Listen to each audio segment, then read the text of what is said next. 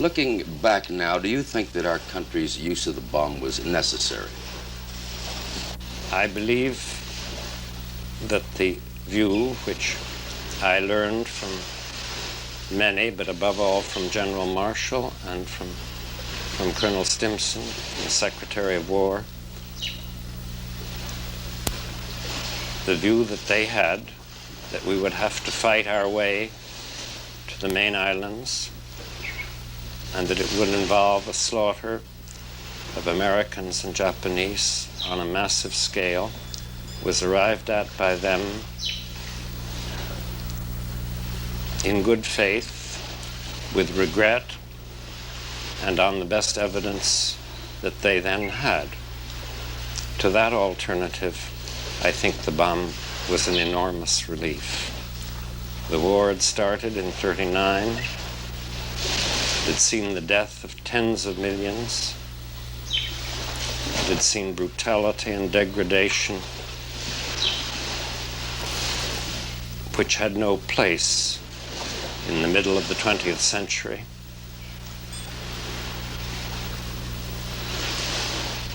And the ending of the war by this means was certainly cruel, was not undertaken lightly. But I am not, as of today, confident that a better course was then open. I have not a very good answer to this question. Dr. Oppenheimer, nevertheless, with all the rationalization, with all the inevitability of the decision that history demonstrates to us, you and many like you who brought the bomb into being still seem to suffer, may I say, from a bad conscience about it. Is that true, sir? Well, I don't want to speak for others because we're all different. I think when you play a meaningful part in bringing about the death of over 100,000 people and the injury of a comparable number, you naturally don't think of that as with ease. I believe we had a great cause to do this, but I do not think that our consciences should be entirely easy at stepping out of the part of studying nature, learning the truth about it, to change the course of human history. Long ago, I said once that in a crude sense, which no vulgarity and no humor could quite erase, the physicists had known sin. And I didn't mean by that the deaths that were caused as the result of our work.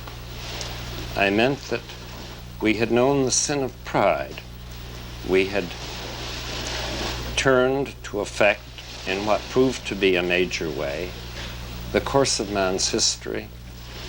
We had the pride of thinking we knew what was good for man. And I do think it has left a mark on many of those who were responsibly engaged. This is not the natural business of a scientist.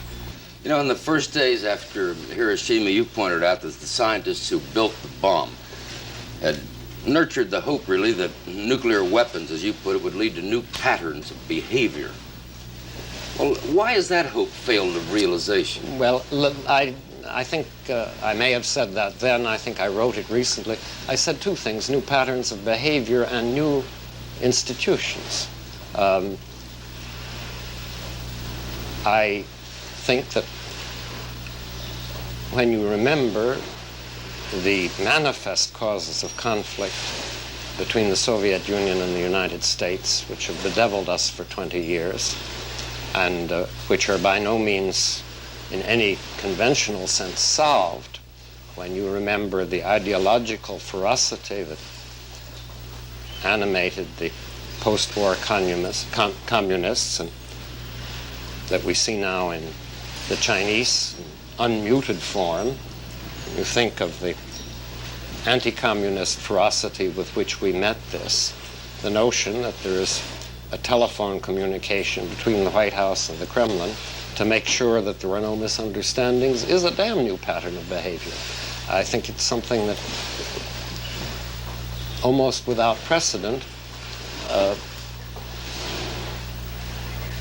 in wars in conflicts which have such a total character as that between the communists and the free world has tended to have.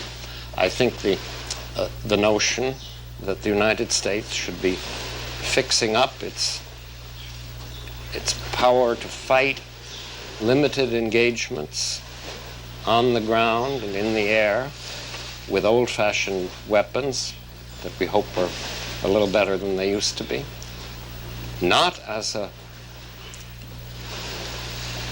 step in conquering the world, but as a step in giving a chance to think, to pause, to argue, and to persuade before a Holocaust. That's a pattern that I believe is not familiar either. When you think that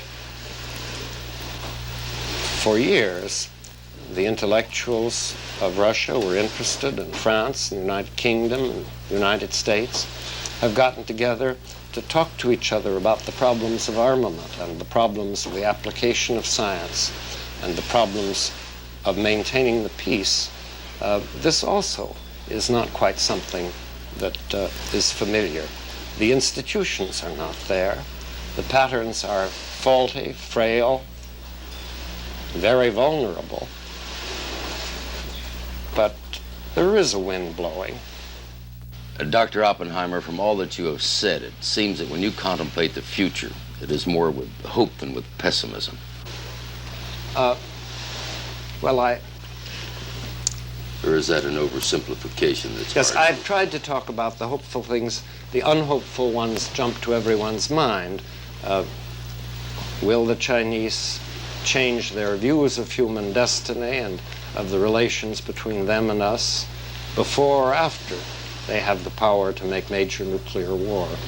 It's anybody's guess. Will the détente between the Russians and the West survive the strains of this time? Will they survive what's going on in Asia today? We don't know. There are 100 reasons for seeing no hope at all, and I take it for granted that everybody can think of them without being reminded. It's harder to think of anything on the other side, and I have tried to say that however frail and however tentative and however limited, they do exist, and they look to me like a bridgehead to a livable future, but not without work.